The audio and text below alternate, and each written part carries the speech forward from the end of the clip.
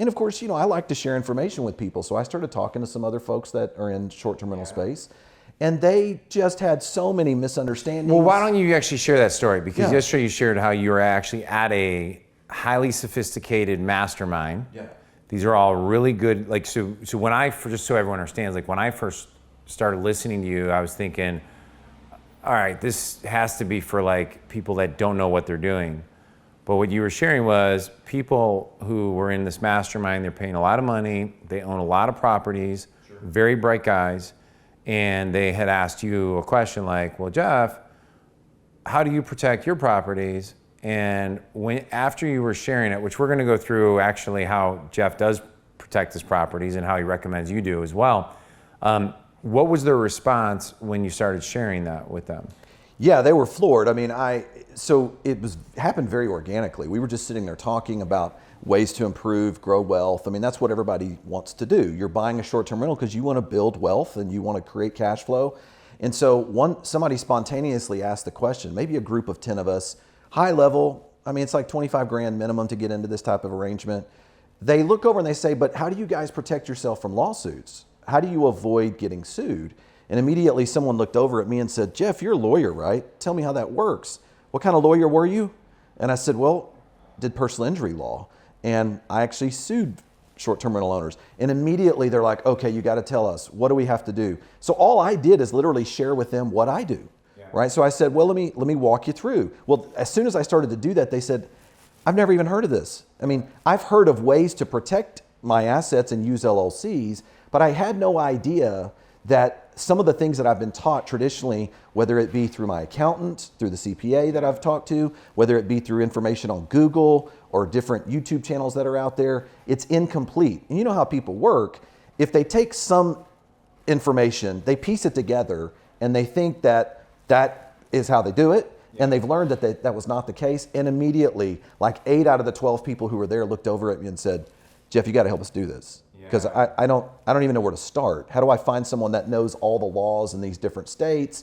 How do I know to navigate if I'm going to be a multi-state investor?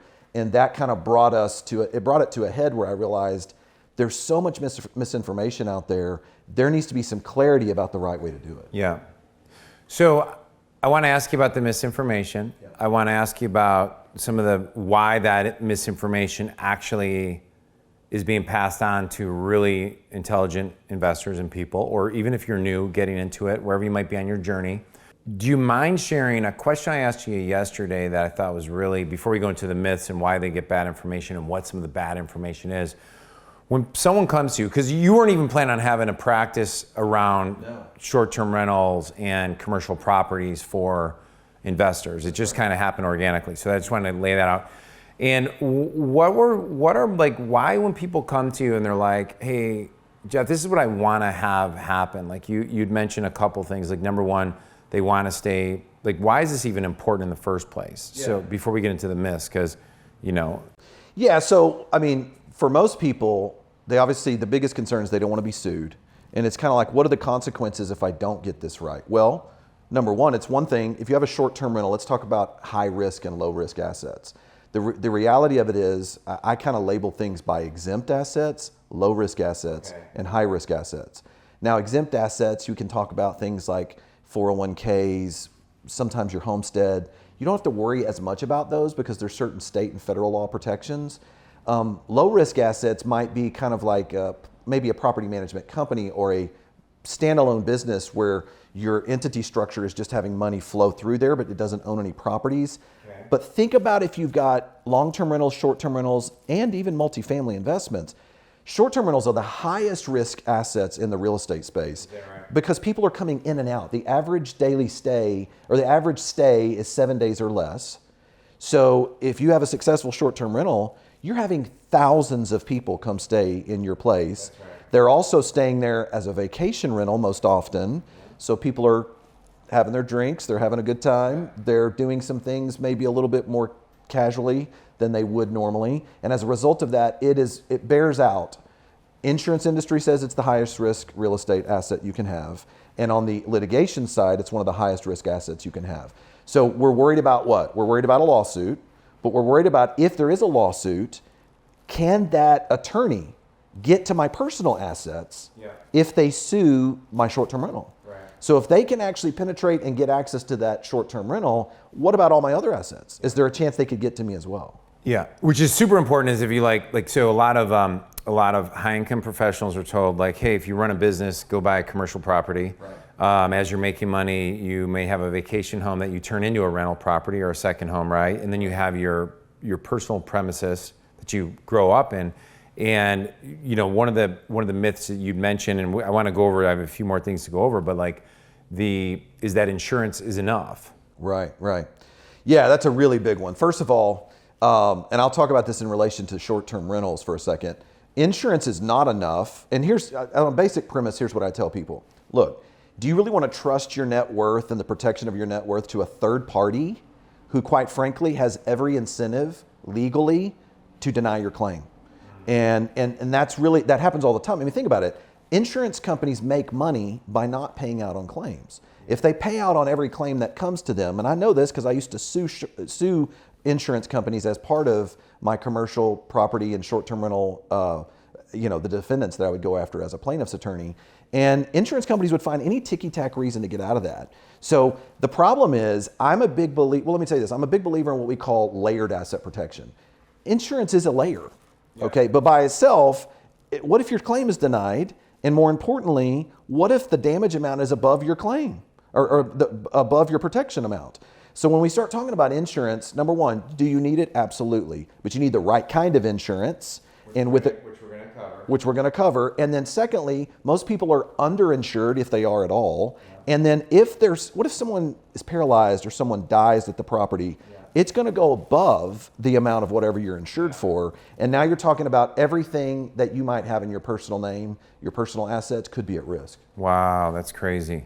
That's crazy. So you'd mentioned something yesterday that I hadn't heard before, but you said most investors, when they're doing short-term rentals, they want to appear poor on paper, or that's one of the strategies. That's right. So, I mean, as you grow wealth, the problem is it leaves clues as to who owns what, right? So I'm going to tell you from a personal injury lawyer's perspective. Well, that's what this is why I'm so excited about this, because we have on this is like asking the prosecuting attorney who's put people in prison for years to now be the defense attorney. Right. It's like a MacGyver, not a MacGyver, whatever. My mom would be proud because we used to grow up watching, what's that old guy who was the attorney years ago? Gosh. Oh, Perry Mason? Yes. It's like a batch of Perry. I'm interviewing Perry Mason right now, but just for the short-term rental space. Yeah, well, I mean, I kind of analogize it to say I'm the hacker who now works for the government to help you not get hacked. That's a great way to do it. Yeah. But let's think of it this way. So first of all, if I'm bringing a lawsuit, let's say you own a property in Florida. Maybe you have a beach house. Yeah, this is a great example. Something bad happens at that property. Slip and fall, maybe someone injured, maybe you didn't, for whatever reason, whether it's your fault or not. Because the reality of it is if someone gets hurt, somebody's getting sued. And so if you're the property owner, you're the deep pocket. They're going after you. So let's say that happens. I'm going to go to the Florida Secretary of State, even if you have an LLC, okay? Let's say you've put your property in an LLC. If I can go to the Florida Secretary of State and I'm going to see your name listed as the member on that LLC. Okay. Now, you say, okay, well, so what? It's still an LLC. I have protection, right? Well, watch out. Here's what I would do. I would bring a lawsuit against your LLC and you personally because you are a member. Now, there's a concept known as piercing the veil. Now, here's what I would do.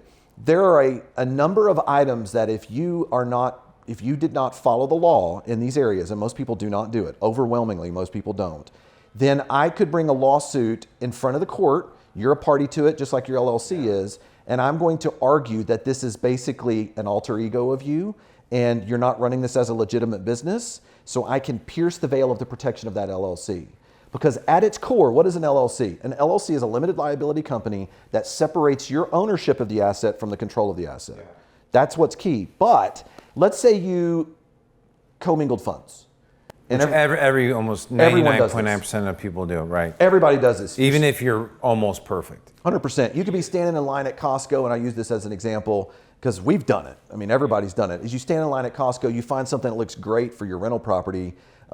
Maybe you or your wife, this is the only card I got on me, I'm going to pay for it, I'll reimburse me from the business account.